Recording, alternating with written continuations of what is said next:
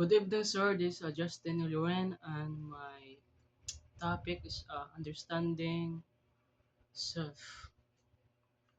Understanding self means knowing who you really are, your thoughts, feelings, verbs, traits, and weaknesses. It's not just your name or appearances. First, it gives us direction when we know ourselves. We make better decisions and don't just live by other people's expectations.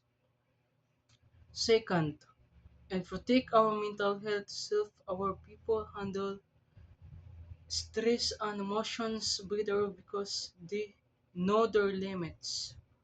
Third, it builds better relationship when we understand ourselves. We communication honestly and connect deeper with others.